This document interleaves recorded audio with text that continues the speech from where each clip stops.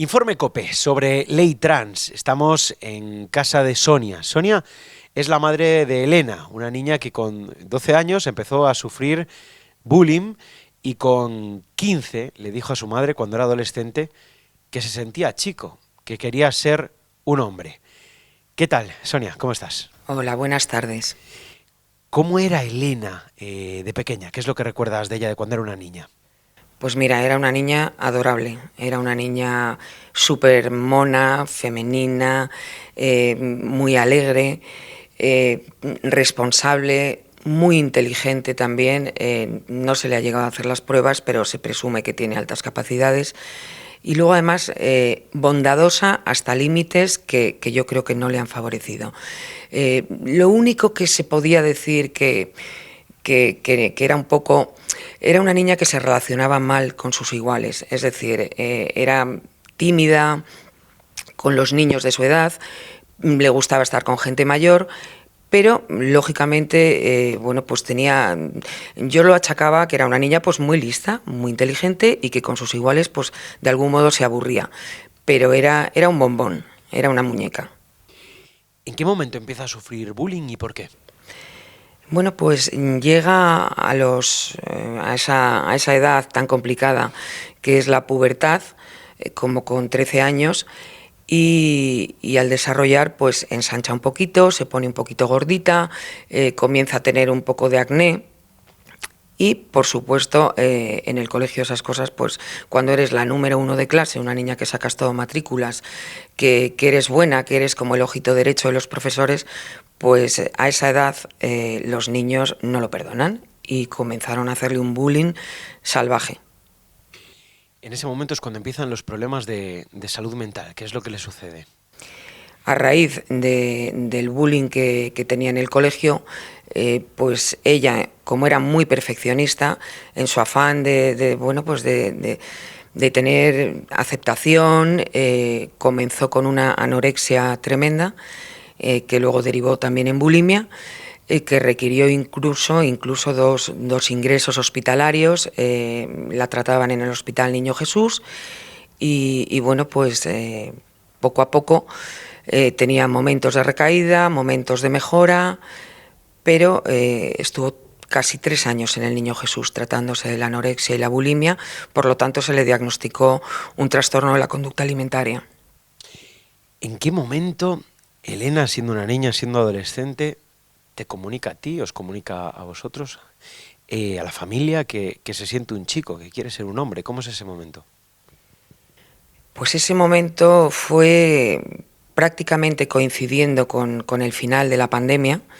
Durante la pandemia pues estuvo encerrada como todos y imagino que abusó de las redes sociales, porque efectivamente también les daban clase en remoto, entonces ellas tenían sus horas de ordenador, claro, no puedes estar pegada para ver dónde se mete o dónde no se mete. Por lo tanto, yo creo que, bueno, pues acabó la pandemia y coincidió con el último de los ingresos en el Hospital Niño Jesús en psiquiatría. Allí conoció a una niña trans. Y bueno, pues está claro que ya empezó en su cabeza pues como a tratar de encontrar la justificación a todos sus problemas y la salida y la huida hacia adelante. Por lo tanto, un día, pues de repente, allí mismo en el Hospital Niño Jesús, nos comunica ella delante de su psiquiatra que ella realmente lo que tiene es debido a que, bueno, pues no está en un cuerpo equivocado y que ella quiere llegar a ser un hombre. ¿Qué es lo que dices tú en ese momento? Bueno, en ese momento no te puedes ni imaginar, o sea, el mundo se te cae el mundo porque tú conoces a tu hijo. Tú sabes que tu hijo, bueno, pues lleva ya arrastrando problemas de salud mental 2 o 3 años, que ha sufrido un bullying tremendo, que está muy sola, que realmente se ha quedado casi sin amigos, por lo tanto está deseando encajar en algún tipo de colectivo y entonces evidentemente no das crédito a tal afirmación, es imposible. O sea, los problemas de mi hija eran y son de otra índole, o sea, son problemas de salud mental que nada tienen que ver con la transexualidad, porque además, repito, siempre ha sido muy, muy femenina, muy coqueta. Le han gustado los chicos siempre, desde pequeñita, me gusta fulanito, me gusta fulanita, es decir, no tenía ni pies ni cabeza. Pero en ese momento la derivan, ¿no? La derivan a la unidad de género.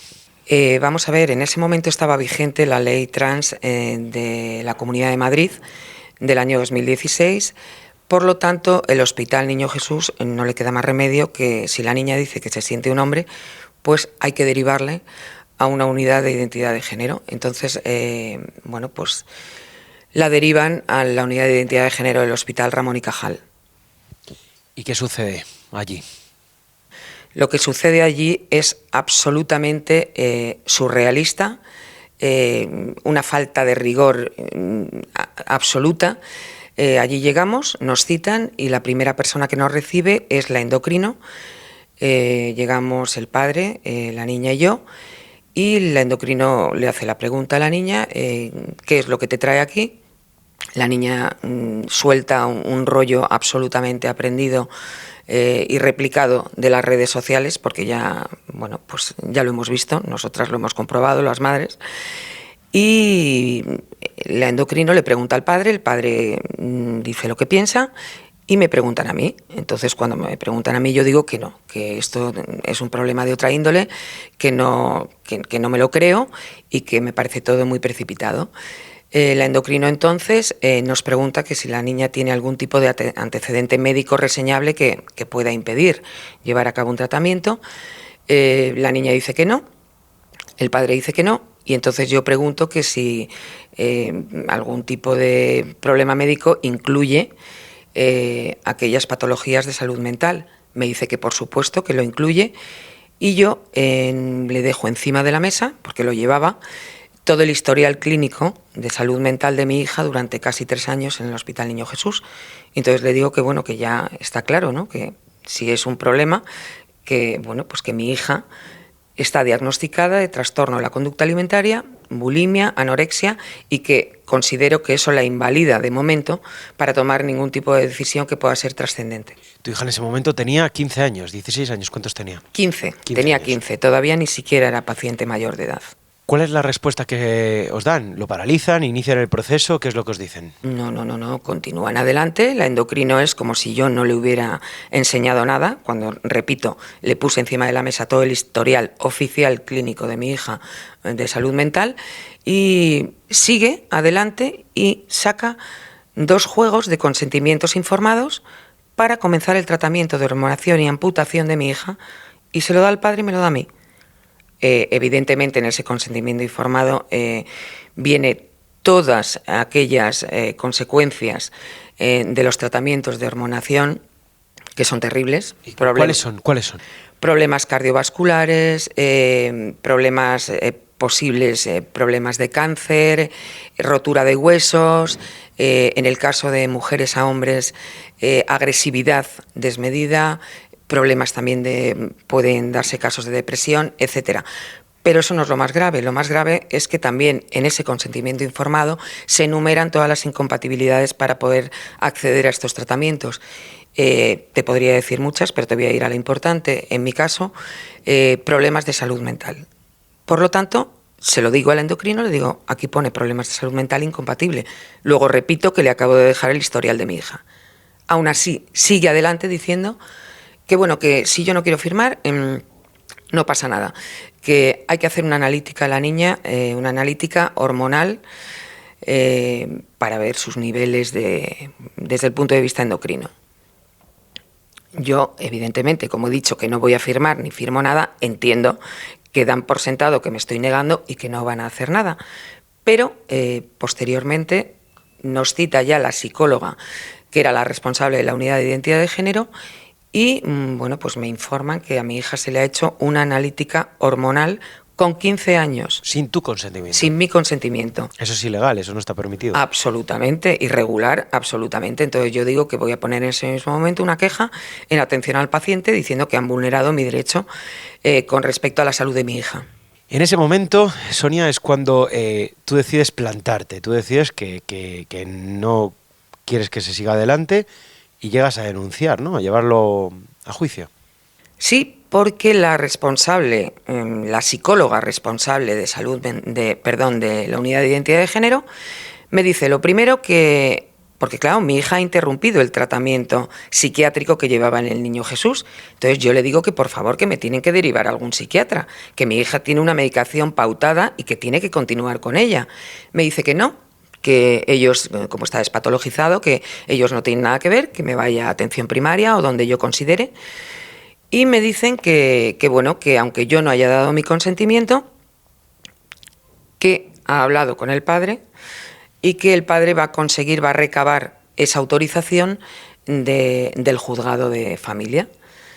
Y que por supuesto que el tema va a seguir adelante, que tienen incluso pensado empezar a hormonar a mi hija en el mes de mayo, en cuanto recaben la autorización por parte de un juez. Evidentemente no me dejan más salida. O sea, en ese momento yo me planteo que están atropellando a mi hija, se van a llevar por delante a una niña con un diagnóstico, como quieran llamarlo, absolutamente equivocado, y una niña muy joven, y entonces decido demandar a la salud pública madrileña y al hospital, a la unidad de identidad de género del Hospital Ramón y Cajal. Esa demanda consigue paralizar el proceso, al menos hasta que haya una sentencia, ¿no? Luego hay un recurso, hay un entramado judicial importante, pero gracias a paralizar ese proceso, ¿qué sucede? ¿Qué es lo que sucede un tiempo después con tu hija? En ese tiempo mi hija reconoce, y lo reconoce públicamente en sus redes sociales, que se ha equivocado, que durante 2 años ha pensado que era trans, que podía ser trans, pero que se ha equivocado, que ella es una mujer, que bueno, que los sentimientos que ha tenido no invalidan en absoluto sus decisiones, pero que se ha equivocado.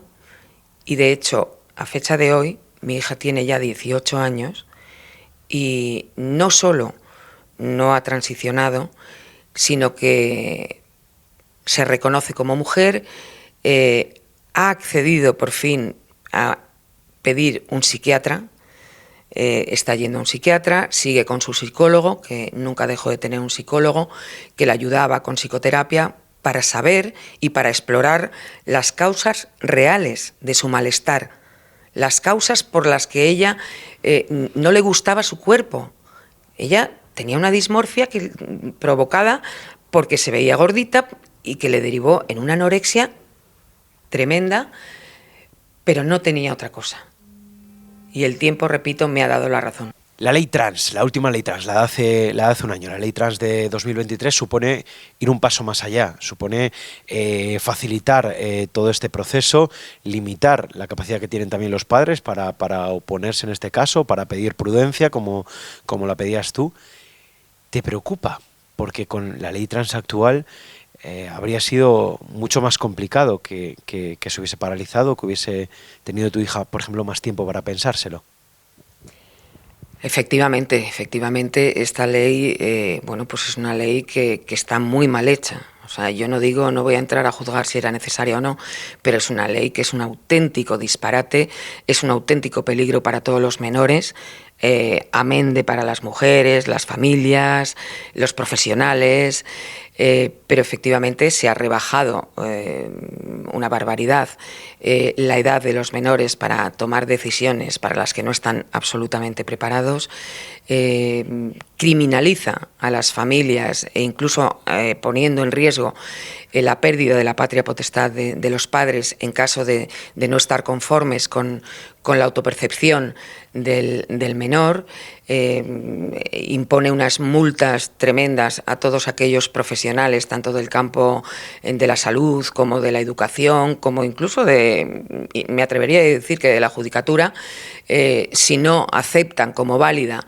la autopercepción de ese menor, que por supuesto puede tener otro tipo de comorbilidades que nada tengan que ver con la transexualidad. Es todo que al final yo creo que encima está perjudicando, pero perjudicando seriamente también al colectivo trans, porque claro, crea una inseguridad que al final realmente, bueno, pues todo es como muy relativo y muy de cachondeo. Nosotros estamos hablando hoy contigo aquí en tu casa, que nos abres las puertas, te estamos llamando Sonia, es un nombre ficticio, has pedido pues mantener el anonimato de alguna forma.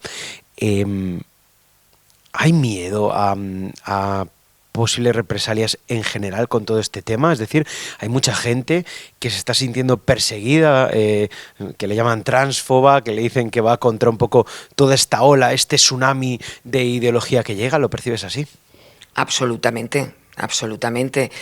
Porque fíjate, te voy a contar una anécdota, una triste anécdota que me ocurrió a mí en los principios. Cuando yo me dirigía a la psicóloga responsable de la unidad de identidad de género, tenía que llamar, o sea, a mi hija, me refería a ella, algo que ni existe en el diccionario. ¿Por qué? Porque me daba miedo, o sea, porque no quería dejarles ni la más mínima oportunidad de que me denunciaran por transfobia. Entonces, claro que hay miedo, por supuesto que hay miedo. La última, esta ideología, esta ley, este movimiento radical, cuando lleva al engaño, como en el caso de tu hija, ¿puede destrozar familias? ¿Destroza familias? Absolutamente también, claro que destroza familias porque crea un sentimiento de pánico, de miedo, de impotencia, imagínate una familia, en unos casos unidas, en otros, bueno, pues somos familias separados, pero claro, siempre todos podemos caer en la tentación de pensar, oye, ¿esto será verdad? ¿No será verdad? Imagínate un padre que dice, pues yo creo en mi hija y adelante. Una madre lo ve claro que no y dice, hacia atrás. Eso ya está creando un conflicto tremendo, conflicto que además esos hijos lo están viendo, lo están sufriendo, lo están padeciendo y lejos de ayudar, lo que hace es agravar la situación que tenga cada uno de ellos. Entonces, claro que destroza familias, abuelas que no entienden nada, hermanas que ven a su hermana pequeña destrozándose y haciendo cosas que no ha hecho en la vida y que lo único que la pueden llevar es a una gravedad de su salud, tanto de su salud física como de su salud mental. Entonces, claro que destroza familias, por no hablar también de las depresiones que puede provocar en determinados miembros de la familia, que se ven absolutamente impotentes y al final acaban pues cayendo en el hoyo. ¿Ha pasado en tu casa? Sí, claro que ha pasado. Yo, por supuesto que he tenido una depresión. ¿Cómo no voy a tenerla? ¿Cómo no voy a tenerla? Encajar un tema de estos es imposible prácticamente cuando sabes que tiene otras patologías, que tiene un problema totalmente distinto y que además encima estás viendo que es, pues David contra Goliat. O sea, ves que el aparato de la administración, los políticos, salvo algunos que nos han acabado pues escuchando, no digo ayudando, escuchando, pues ves que de repente es el mundo contra ti. Entonces, claro que caes en un hoyo. Y por no hablar también, si ya te tienes que meter en temas judiciales, la merma económica y los gastos que ello supone. Pero bueno, gracias a ese meterte en lo judicial, ¿no? A ese apostar por ello y plantarte, conseguiste paralizar el proceso y que tu hija y que Elena, pues te diese un poco la razón, ¿no? Y recapacitase y dijese en su caso que realmente estaba equivocada, ¿no? Cuando decía aquello de que quería ser un chico. Muchas gracias, Sonia, por abrirnos las puertas de tu casa, por contarnos tu historia y la de tu hija. Una historia, pues gracias a Dios, con final feliz, pero de mucho sufrimiento. Gracias.